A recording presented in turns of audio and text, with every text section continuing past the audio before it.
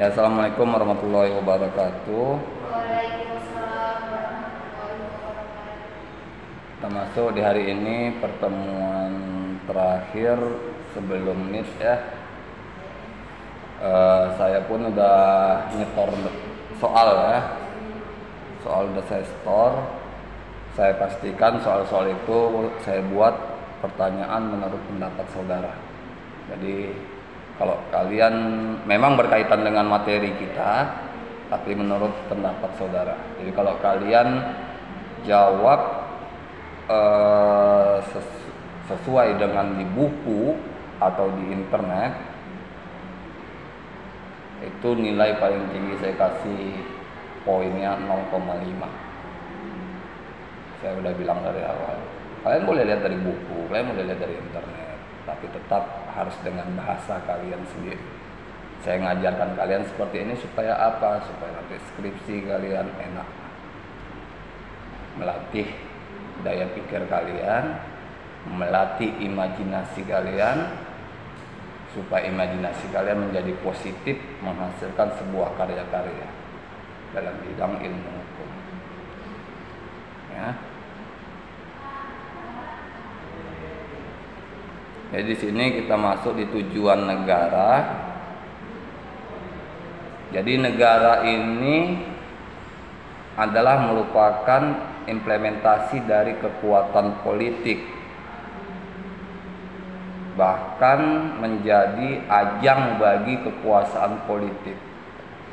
Kita lihat ya, dalam beberapa kali pemilihan umum terjadi naiknya seorang presiden dengan beberapa partai pendukungnya, ya, itu menjadi kekuatan politik pendukung presiden. Ada yang menjadi oposisi, posisi mereka yang tidak ikut dalam pemerintahan, ya. Kalau dari kita lihat dari Presiden Jokowi sekarang, dari awal itu yang menjadi oposisi adalah Demokrat dan PKS. Yang dari awal saya bilang ya, kalau yang dari awal sampai sekarang. Kalau dulu kan ada Gerindra, ya, ada PAN kalau nggak salah saya. Kalau yang saat sekarang ini ada Nasdem. Gerindra sudah masuk. Kalau dulu Nasdem masuk.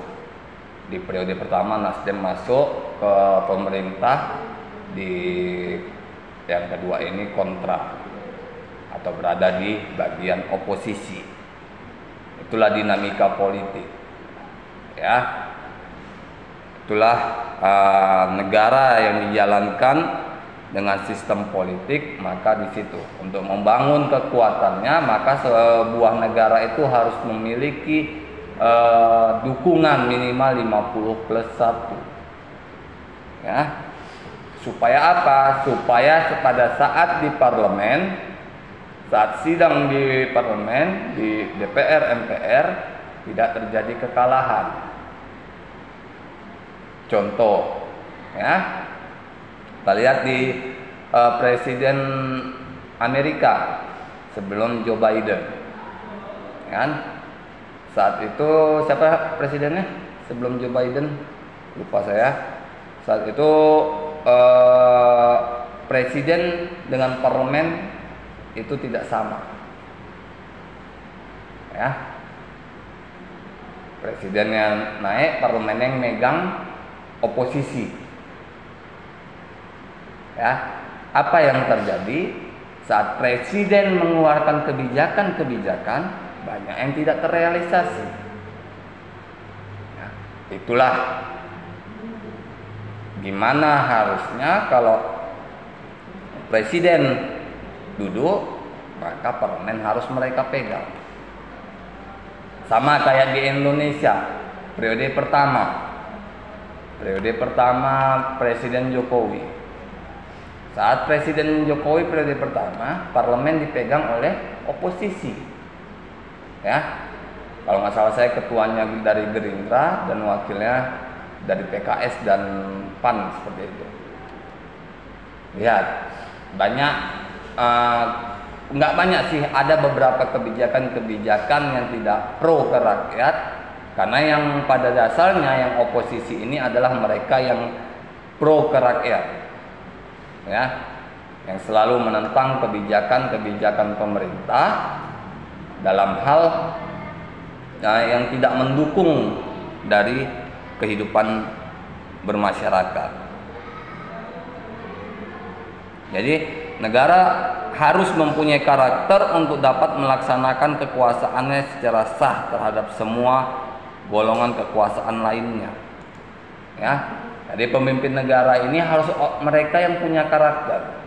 Makanya mulai dari sekarang ini sudah ada nih bursa pemilihan calon presiden yang akan datang. Padahal masih 2 tahun lagi. Tapi sudah ada. Untuk apa? Mencari karakter yang cocok. Yang cocok dalam hal apa? Yang pertama harus masuk ke semua golongan masyarakat. Ya. Tidak dibenci oleh kelompok masyarakat satu atau kelompok masyarakat lain. Ya. Kalau sempat satu tokoh yang dibenci naik menjadi calon di satu partai, maka akan menjadi bumerang bagi partai tersebut, akan nol suaranya di beberapa daerah. Ya, kita bukan mau bilang apa, kita lihat juga masalah PDI Perjuangan yang sudah, kalau nggak salah saya, kabar terakhir itu tidak ada lagi di Sumatera Barat dan Aceh, karena pernyataan dari Ibu Puan Maharani. Ya, PDI diusir dari 2 kota itu, provinsi bukan kota, dari Sumatera Barat dan Aceh. Ya, jadi gimana kaitannya ini, bahwa jika kita ingin memajukan seorang tokoh menjadi tokoh nasional, maka dia nggak boleh bermasalah di kelompok manapun. Apalagi dia ingin jadi presiden. Dengan menjadi presiden, seorang presiden itu harus ada kunjungan kerja ke setiap kota di seluruh Indonesia. Ya kan? Jokowi pernah ke Medan. Itulah yang dia lewat Jalan Sutomo, yang saya bilang Jalan Sutomo lobang-lobang, mobilnya goyang-goyang. Di teleponnya Kementerian Perhubungan, kenapa jalan di pusat kota Medan amburadul, terakhir diperbaiki. Lihat sekarang jalannya mulus. Kalau kalian lihat Jalan Sutomo menuju Krakatau, itu jalannya mulus, aspal beton, bukan aspal yang masak biasa. Aspal beton ketinggian sekitar 30 kalau nggak salah, 30 apa 50. Karena dulu saya ngajar di sana, sekarang kampus di sana udah tutup, udah dijual ke Jogja. Saya tahu. Ya. Itu di beton pun waktu saya masih ngajar di sana, di betonnya per setengah-setengah. Jalan itu besar, Jalan Sutomo itu besar.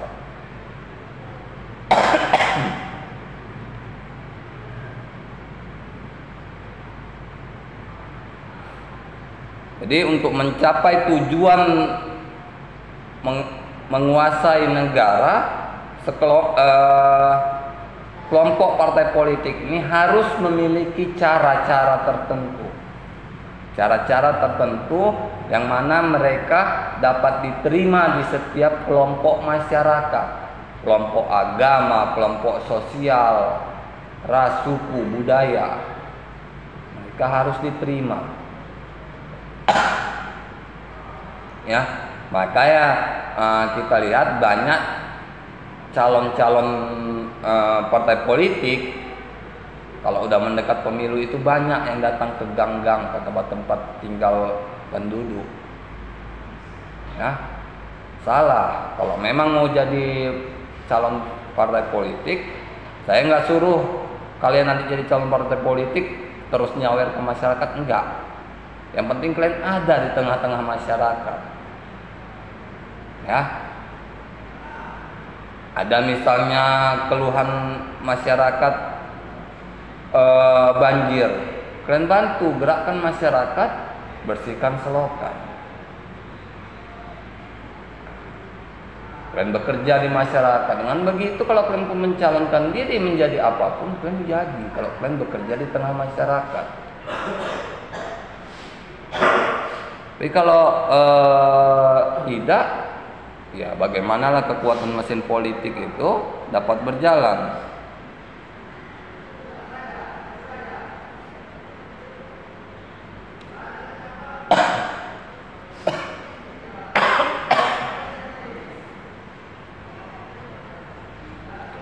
Ya, jadi ada formulasi tujuan negara meliputi beberapa pendapat. Yang pertama pendapat dari teori Lotsheng. Apa itu? Lotsheng merupakan pemikir Tiongkok yang hidup seketika pada abad ketiga. Pendapat mengenai tujuan negara dapat dilihat dalam bukunya A Classic of China's School of the Law. Semasa hidupnya keadaan di Tiongkok adalah sangat kacau dan penuh dengan kerusuhan. Pemerintahannya lemah, di mana tingkat pemerintahan yang rendah tidak lagi tunduk kepada pemerintahan yang tinggi. Nah, jadi kalau kita lihat dari teori Lotsheng ini, bahwa dia membuat suatu penelitian karya ilmiah yang menjadi teori yang dipakai di seluruh prodi hukum di seluruh dunia. Karena memang sejarah, ya, sejarah. Kita ceritakan sejarah yang sebenarnya, ya. Kita kalau mau menceritakan hukum, makanya saya selalu bilang kalian di hukum ini kalau mau menceritakan sesuatu, kalian harus tahu sejarahnya, ya. Kalian ingin nanti menyusun skripsi misalnya di semester 8 atau semester 8. Kalian ingin mengambil satu pokok materi, maka kalian harus tahu dasarnya. Mulai dari undang-undang dasar sampai undang-undang itu, dari di mana perjalanannya itu. Ada berapa undang-undang di antara undang-undang dasar dan undang-undang yang sekarang, ya kan? Yang terkait. Maka kalian tahu, nanti pun ditanya dosen, kalian tahu. Itulah dia sejarah. Harus runtutannya harus sesuai. Karena sesuai dengan peraturan perundang-undangan, Undang-Undang nomor 12 tahun 2011, pasal 10 itu ada tata urutan peraturan perundang-undangan. Ya, itu harus sesuai.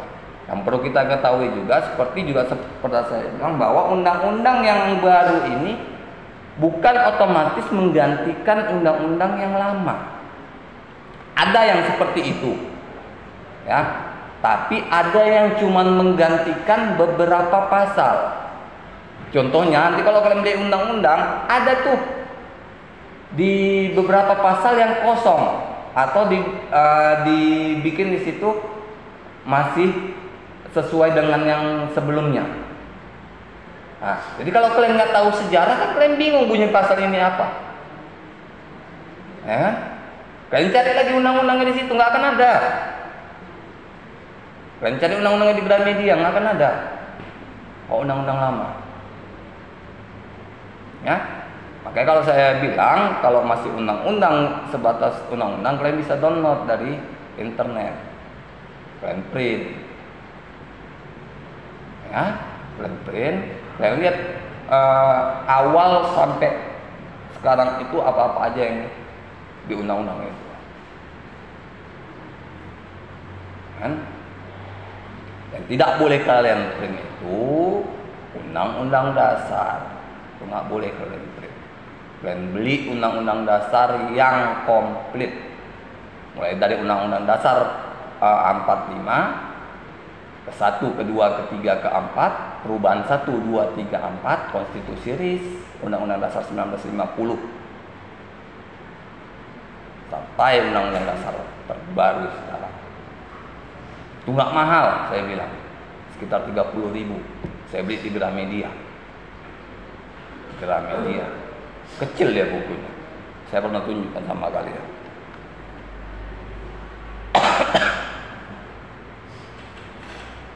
Lanjutnya teori Niccolo Machiavelli. Dari teori ini bahwa tujuan negara adalah untuk mengusahakan terselenggaranya ketertiban, keamanan dan ketentraman. Ya. Jadi menurut Machiavelli bahwa suatu negara itu adalah representatif dari terbentuknya ketertiban, keamanan demi tercapainya kemakmuran. Ya kan? Mana contohnya? Lihat, negara-negara yang pada saat sekarang ini masih perang, nggak ada hidupnya yang makmur. Ya kan? Contoh Palestina masih perang sampai sekarang. Lihat, kebanyakan hidup warganya masih dibantu oleh lembaga-lembaga internasional, termasuk dari Indonesia. Makanya negara-negara yang merdeka ini dapat menyusun sistemnya bagaimana memakmurkan masyarakatnya. Ya. Nanti kita yang bekerja sebagai anggota dewan, sebagai orang-orang hukum, PNS segala macam, lakukan yang terbaik dengan jabatan yang kita pegang, bukan hasil yang kita dapatkan. Ya. Kalau dalam bekerja itu jangan pikirkan hasil yang kita dapatkan, baik itu hasil berupa uang atau bagaimana pekerjaan itu nantinya. Tapi yang penting bekerja aja sebaik-baiknya. Begitu juga para pemimpin-pemimpin negara pada masa Machiavelli ini, mereka bekerja sebaik-baiknya untuk kemakmuran masyarakat. Ya.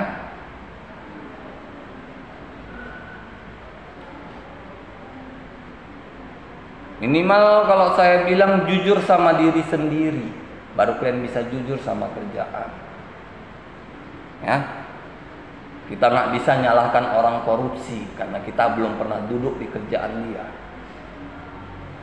Ya. Belum tentu kalian saat duduk di kerjaan dia ditawari uang 2M 1T kalian bisa nolak. Ya. Gimana bisa nolak? Kalian pelajari dulu sistemnya, kalian dekatkan dengan agama. Ya. Jangan pernah mau terima orang-orang yang mau menego. Kalau kalian nanti jadi pejabat gitu, kalian sudah tahu itu. Kalian nanti jadi, kalau misalnya kalian nanti jadi pejabat, kalian udah tahu mana orang yang datangnya mau baik atau ingin buat masalah. Kalian bisa tolak. Kalaupun dia maksa, ya bicara seperlunya aja. Nah, dalam masa Machiavelli ini, ya, kerjakan mana yang merupakan bagianmu, yang merupakan keahlianmu untuk bangsa dan negara ini. Ya, nggak usah pikirkan kerjaan orang lain, nggak usah pikirkan hasil yang akan didapat orang lain. Kerja aja sebaik-baiknya. Prinsip kerja itu kalau mau mendapatkan hasil yang baik adalah kerja sebaik-baiknya. Jangan pernah akan pikirkan hasil diri sendiri apalagi orang lain. Ya, jika kita udah kerja sebaik-baiknya, walaupun nanti hasilnya tidak sesuai dengan yang diharapkan, tapi kita sudah bekerja sebaik-baiknya, kita nggak akan disalahkan. Ya, kita udah kerja maksimal. Selanjutnya ada teori Dante Alighieri, yaitu tahun 1266 sampai 1321 sebelum Masehi, merupakan filsuf dan penyair asal Italia. Salah satu pendapat yang dinilai cukup berani guna mententramkan situasi di Italia pada waktu itu adalah usul agar paus hanya berkonsentrasi mengenai masalah kerohanian saja dan tidak campur tangan dalam masalah politik. Inilah kalau dalam masa Dante ini bahwa kita diajarkan untuk bersifat berani. Berani mengemukakan pendapat. Ya. Saya juga pernah menyampaikan kita mengemukakan pendapat. Jadi bukan menjatuhkan orang. Kita berani mengemukakan pendapat atas suatu masalah dengan tidak melukai orang lain, dengan tidak menjatuhkan orang lain, maka nggak akan jadi masalah. Tapi kalau kalian ingin kalian mengajukan pendapat dengan melukai orang lain, dengan menjatuhkan orang lain, pasti akan jadi masalah. Ya. Di sinilah yang Dante ini ingin memisahkan masalah Paus atau di Vatikan Roma itu bahwa mereka hanya menguruskan masalah kerohanian aja, masalah agama. Jangan ke politik. Karena sejatinya bahwa kalau Italia itu hampir sama dengan Indonesia. Samanya gini maksudnya. Bukan sama dalam sisi negaranya, bahwa negara itu memang ada mayoritasnya, tapi tidak dijalankan secara agama. Ya, kita mayoritas Islam, tapi kita bukan negara Islam. Ya, negara Islam yang seperti Arab Saudi, Irak, Iran, Sudan, segala macam. Negara Timur Tengah itu negara Islam. Turki. Ya. Kalau mayoritas memang kita menang di mana-mana dari jumlahnya, karena memang kita termasuk, kalau nggak salah saya, 5 penduduk terpadat di dunia. Nah, termasuk Cina, India yang paling padat, Amerika, dan apa satu lagi saya pun lupa. Lalu ada teori John Locke. Negara didirikan untuk memenuhi dan melindungi hak-hak asasi manusia, yaitu hak untuk hidup, hak untuk merdeka, dan hak atas milik pribadi. Inilah hak dasar dari setiap manusia yang sampai sekarang masih diakui. Ya. Jadi hak atas beragama itu masuk ke hak pribadi. Hak mencari nafkah itu masuk ke hak pribadi. Ya. Hak merdeka itu ya setiap negara itu berhak untuk merdeka. Gimana prosesnya? Ya ada prosesnya, pengakuan oleh negara lain dan sebagainya. Ya, terkait jumlah wilayah, jumlah penduduk, itu nanti ada di hukum internasional. Yang semester semalam saya ngajari masalah itu, Bu, bagaimana jumlah wilayah, jumlah penduduknya.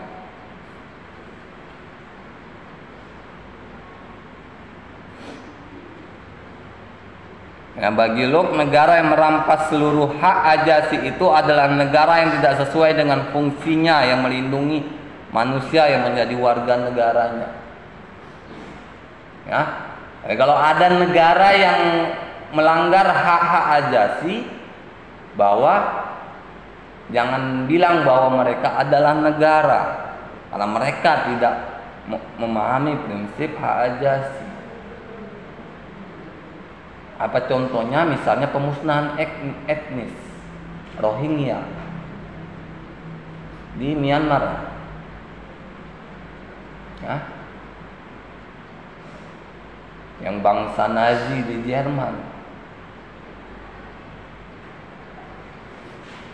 Banyak pemusnahan etnis. Kalau masih ada yang seperti itu, maka jangan pernah bilang kalau negara yang mendukung hak ajasi.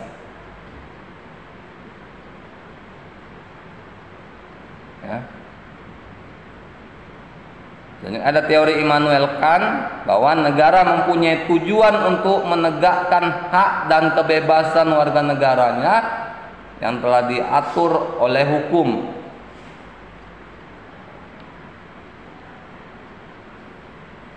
Ya, jadi dalam hal ini jika hak dan kebebasan warga negara tidak terjalin, maka negara itu wajib menjalankannya. Ya, dalam hal warga masyarakatnya memperoleh hak pribadi mereka, memperoleh hak kebebasan mereka, ya, hak untuk kerja, mencari pekerjaan.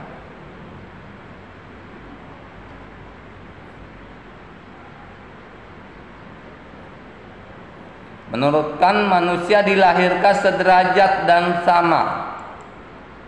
Ya, jadi pada prinsipnya bahwa manusia ini dilahirkan sederajat dan sama. Siapapun itu sama. Cuman yang membedakan itu kita sendiri. Karena kondisi rumah, harta kekayaan, ya, garis keturunan yang sebenarnya enggak perlu.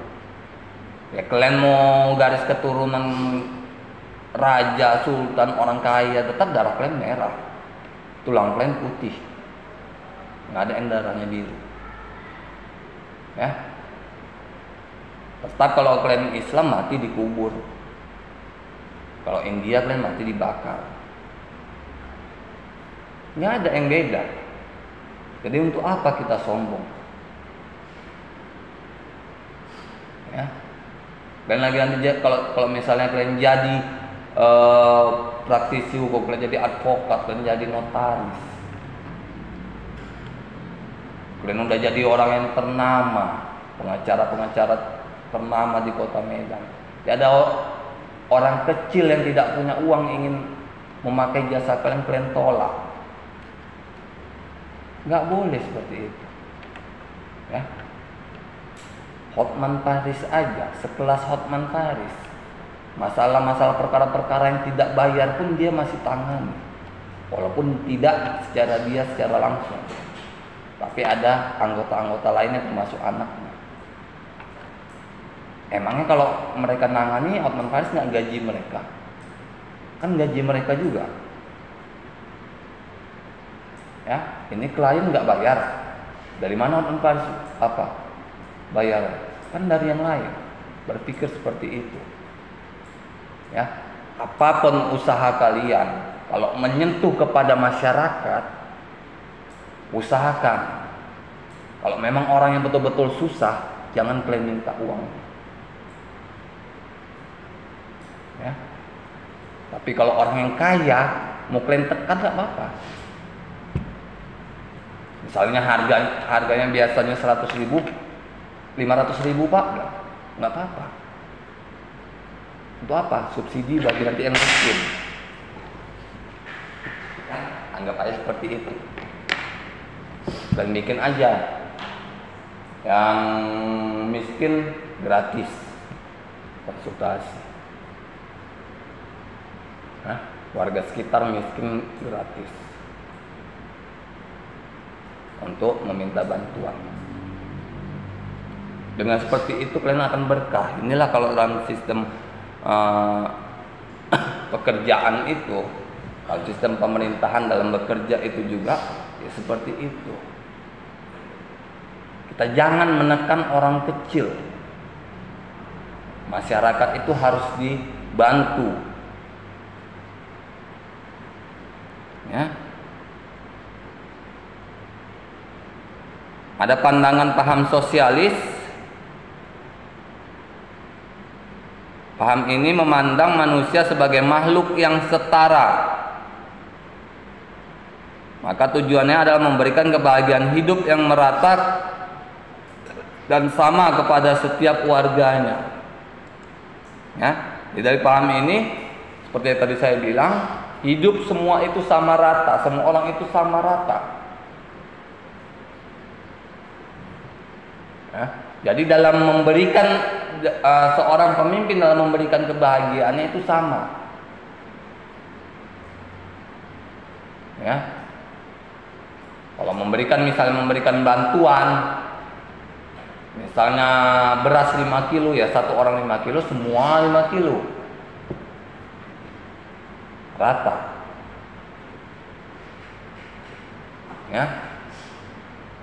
Jangan nanti warganya 5 kilo, Keplingnya misalnya, contohnya ini ya, dapat 100 kilo untuk keluarganya, contohnya.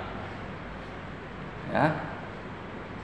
Kalau kalian memegang kalian nanti kerja memegang seperti itu, misalnya kalian dapat PNS misalnya di bagian Bulog, jangan pernah kalian curangi.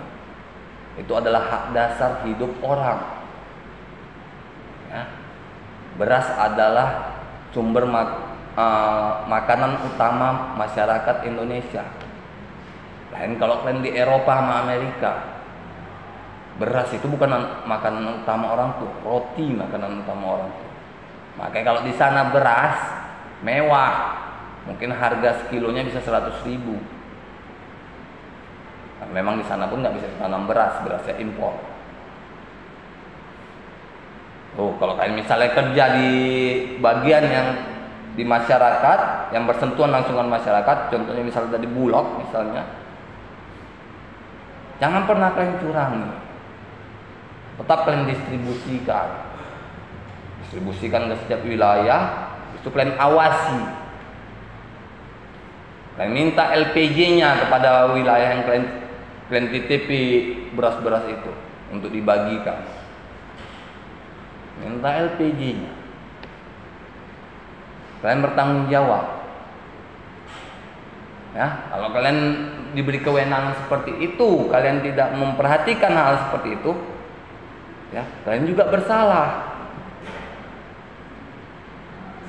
Kalian tidak memperhatikan berarti kalian mendukung tindakan dia, menyelewengkan beras-beras itu, bantuan-bantuan itu. Makanya harus rata. Kalau di negara kita rata itu bagi orang yang nggak mampu. Berarti kalau kalian misalnya kerja di Bulog, maka pastikan bahwa beras-beras itu jatuhnya ke orang yang tidak mampu. Jangan rumahnya udah lantai 3 dapat beras Bulog, mobilnya Alphard dapat kalian kasih beras Bulog. Itu kalian ngasih bantuan apa jual beras? Kan? Itulah contohnya. Harus berhati-hati seperti itu. Ada selanjutnya pandangan paham liberalis kapitalis. Ya, pada dasarnya memandang manusia sebagai makhluk hidup yang individualis. Maksudnya makhluk individu yang sangat ditonjolkan, dan karena itu dia sangat berbeda dengan paham sosialis. Tujuannya yaitu memberikan kebebasan penuh bagi setiap warga negara untuk memperoleh kebahagiaan hidup masing-masing. Ya, jadi di paham liberalis kapitalis ini tidak ada pembatasan bagi warganya, diberi kebebasan penuh untuk mencari kebahagiaan. Ya, karena kebahagiaan seseorang itu nggak bisa diukur oleh orang lain. Ya, kebahagiaan diri kalian ya kalian sendiri yang tahu. Kebahagiaan kalian dengan teman kalian itu nggak akan mungkin sama. Ya, ada mungkin teman kalian dengan HP 2 juta aja udah bahagia, dia udah punya HP. Mungkin kalian enggak, HP mesti 5 juta. Ya kan? Itulah tingkat kebahagiaan orang tuh berbeda. Ada mungkin kawan kalian yang kesehariannya ke kampus hanya sekedar ongkos dan uang saku cukup. Kalau kalian mungkin ada uang jajan lebih, bisa kalian makan makanan cepat saji. di restoran, di mana. Ya. Banyak kalau dulu saya sekolah seperti itu. Banyak kaitannya bahwa biarkan kebebasan kepada setiap orang. Ya. Dan masyarakat ini juga tidak perlu, kita juga tidak perlu membandingkan diri kita dengan orang lain. Kalau memang itu kemampuan kita, ya udah terima, syukuri. Nggak akan jadi masalah. Yang jadi masalah kan kalau ada sifat iri. Ya, kalian baru beli HP 2 juta, kawan beli HP 3 juta, 4 juta, udah iri. Itu yang jadi masalah. Kalau kalian legowo aja nggak ada masalah, aman, tentram hidup kalian.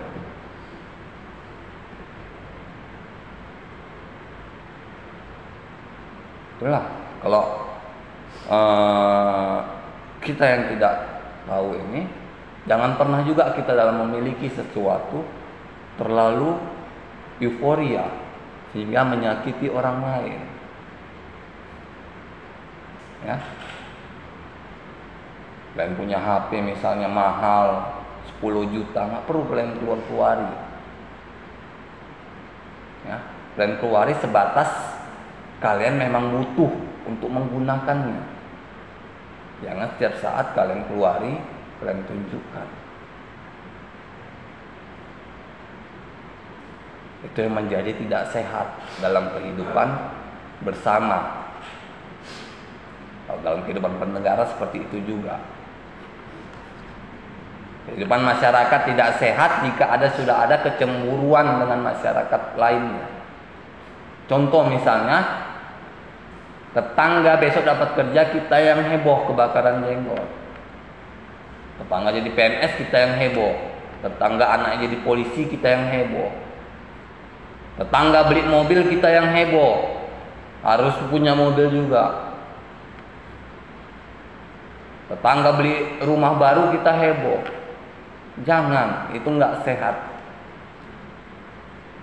Ya, sistem bernegara itu kita harus mensyukuri apa yang ada, jalani apa yang bisa kita jalani, cari apa yang kita butuhkan, menabung. Itu yang saya bilang. Saya dapat ilmu ini dari seorang nenek Cina tempat adik saya bekerja. Dia cerita kenapa mereka bisa punya ruko di hari tua, di umur 30-40. Mereka sama, hidup susah seperti kita. Ya. Saat mereka tamat SMA, mereka wajib kerja. Mau kuliah mau enggak, tetap wajib kerja. Kalau kuliahnya pagi, kerjanya malam. Kalau kebanyakan mereka adalah kerjanya pagi, kuliahnya malam. Makanya kalau kalian lihat kuliah malam itu banyak Cina. Ya, di Komplek Asia Megamas itu ada STMIC, itu banyak Cina. Kenapa? Karena mereka kalau pagi itu bekerja, malam itu kuliah. Sistem mereka kalau bekerja itu hari ini gajian, misalnya hari ini gajian untuk bulan ini, berapa gajian? Misalnya gajian 2 juta, 1 juta wajib investasi. Ya. Mereka investasinya dalam bentuk beli emas, beli cincin, kalung, emas batangan, apa segala macam, simpan. Ya. Setiap bulan kalian simpan. Misalnya kalau sekarang 1 juta kalian simpan dapat 1 gram, 1 gram.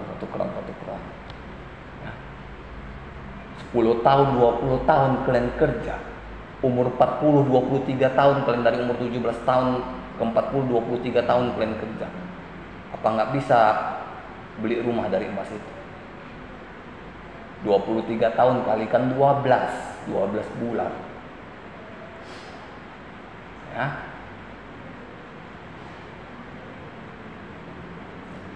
(276) berarti 276 gram.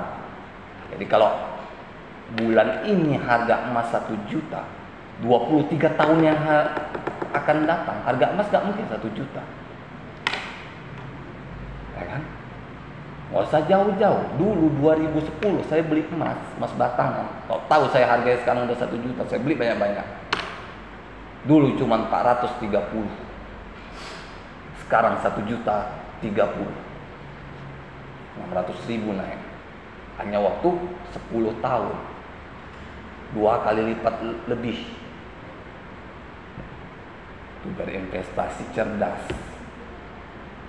Bukan saya suruh masuk saham apa segala macam. Mau saya yang cerdas aja, yang jelas aja depan mata kita. Mau usah sok-sokan kalian masuk saham kalau kalian nggak ngerti, ya kan? Yang cerdas saja.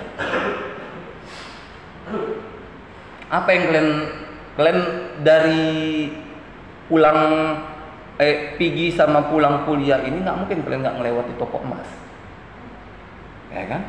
Minimal ada satu kalian lewati. Kalau kalian lewat Kampung Baru bahkan lebih banyak. Kalau kalian jalan pergi pulangnya masuk Kampung Baru itu lebih banyak. Saya kan lewat situ, tahu saya. Ada 4 atau 5 di situ. Kenapa kalian nggak berpikir? Kapan ya? Maunya ada ya, dalam 1 bulan sekali saya ke situ singgah.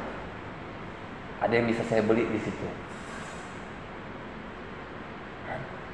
Kalian beli, kalian simpan.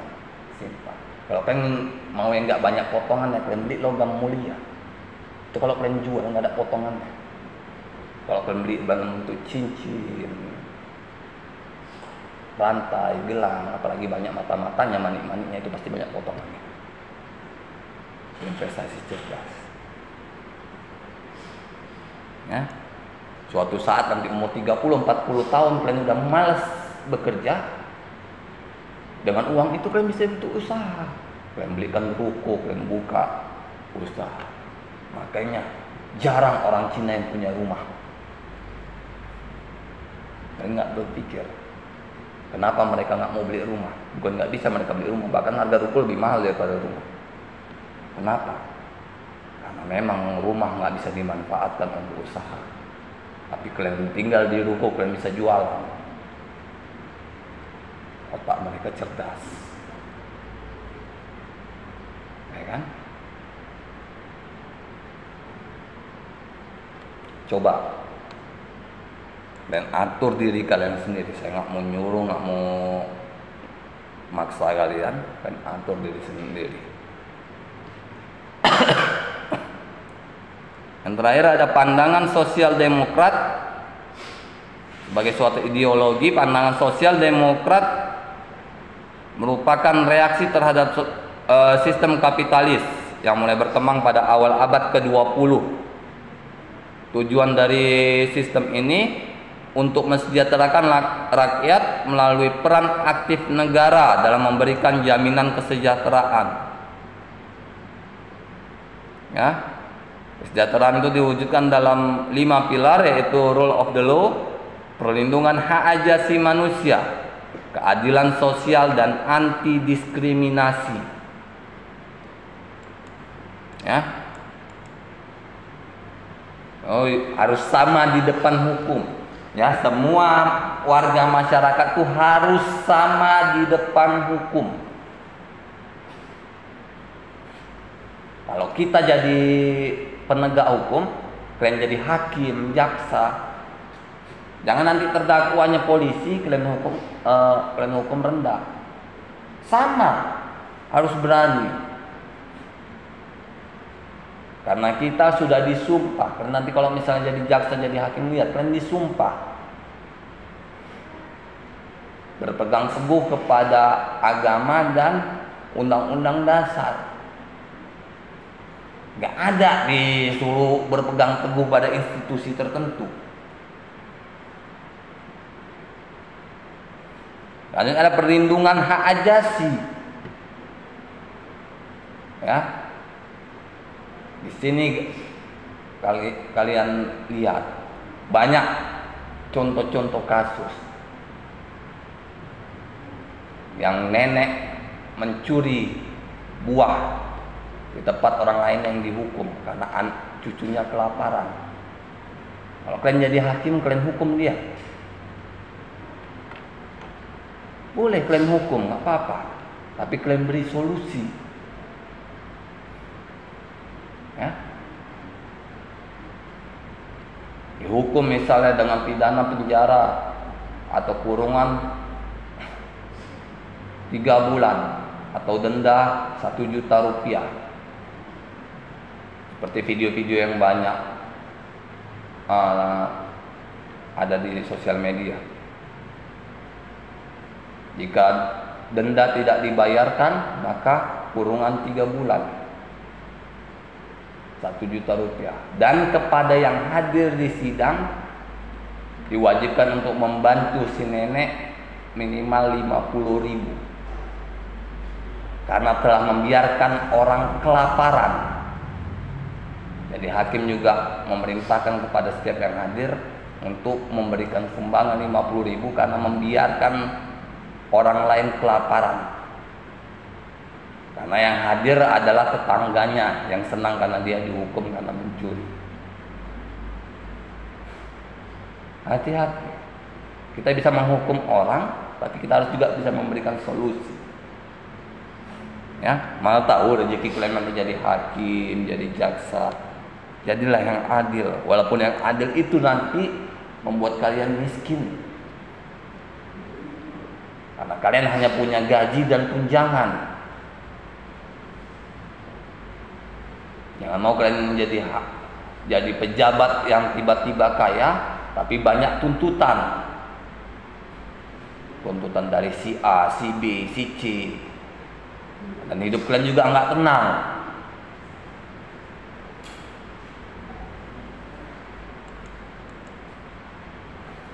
Dan juga harus anti diskriminasi. Dan kalau menjadi pejabat publik, kalian harus anti diskriminasi. Ya. Tidak boleh ada diskriminasi terhadap apapun. Karena pemerintah kita juga sudah menerapkan bahwa penyamaan antara laki-laki dan perempuan, tidak ada lagi diskriminasi terhadap perempuan, penyetaraan laki-laki dan perempuan. Di kementerian porsi perempuan juga sudah dilebihkan. Di parlemen juga sudah dibebaskan. Ya. Calon anggota legislatif juga dibebaskan untuk menjadi calon anggota legislatif. Tinggal kalian nanti mau masuk dengan partai, gimana aturan di partai. Nggak ada diskriminasi. Jadi kalau kalian nanti menjadi pejabat-pejabat publik, juga nggak boleh ada diskriminasi. Ya. Kalian jadi bos, misalnya kalian jadi perempuan, kalian ambil asisten kalian yang perempuan semua, itu juga nggak boleh. Kalian bukan membantu perempuan nggak didiskriminasi, kalian mendiskriminasi laki-laki namanya. Harus seimbang. Ya.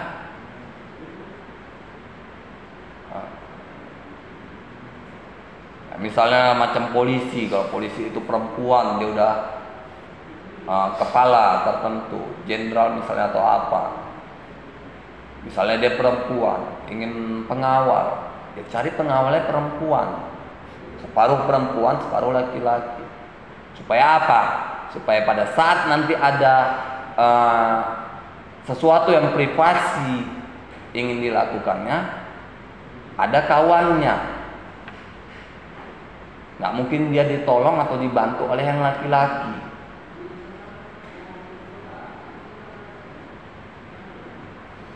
Ya, dalam memberikan kesempatan.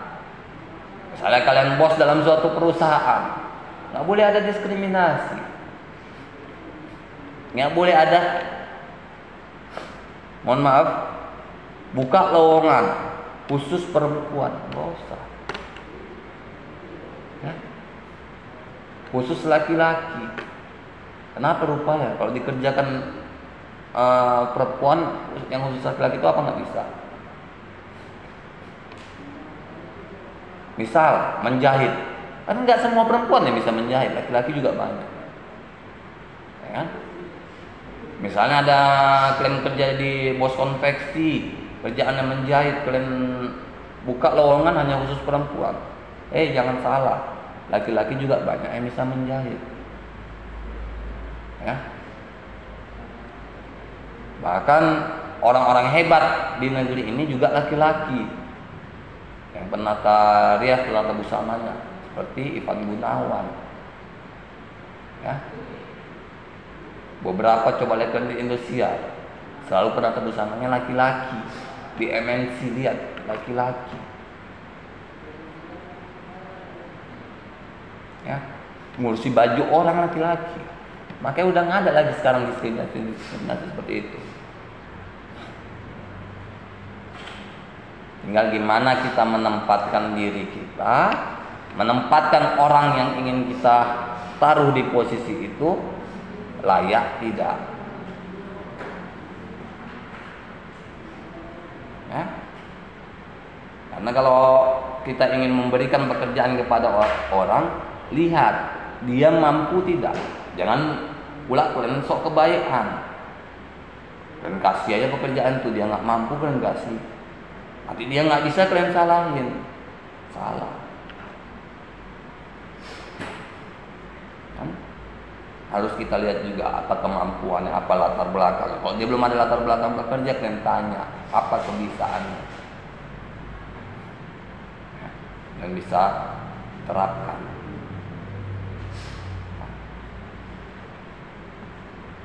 Yang kuliah-kuliah sekarang, kalau dari tujuan pemerintah itu bahwa minimal menjadi pengusaha, membuka lapangan kerja. Ya.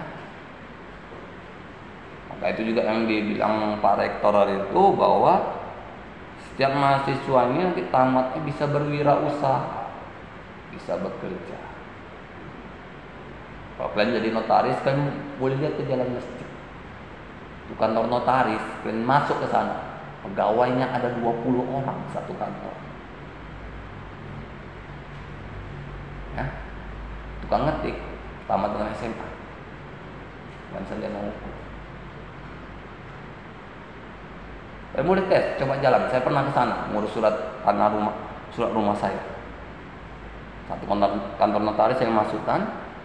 Saya pikir kecil aja ruko, buka panjang, itu pegawainya semua, notaris di lantai 2. Buat janji dulu di bawah untuk ketemu bapak di atas. Satu meja itu berkasnya segini.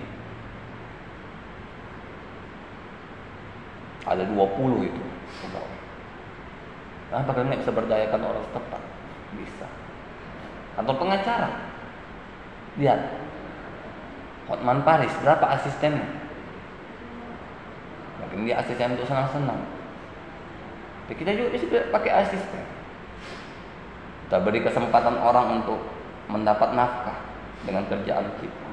Kalau untuk awal-awal mungkin kita jadi pengacara, nanti jadi notaris mungkin belum bisa membayar orang. Ya. Dengan kalian rutin menjadi pengacara atau notaris dalam waktu 3-5 tahun, mungkin kalian udah bisa mempekerjakan orang. Ya, kalian terima, kalian kerjakan. Itu kan membantu juga. Ya, inilah pertemuan kita, pertemuan terakhir sebelum ujian UTS atau MIT. Ujian UTS atau MIT nanti disampaikan lagi oleh pihak kampus. Nah, inilah pertemuan kita sampai hari ini. Lebih dan kurang saya mohon maaf. Bila tak kuat, assalamualaikum warahmatullahi wabarakatuh.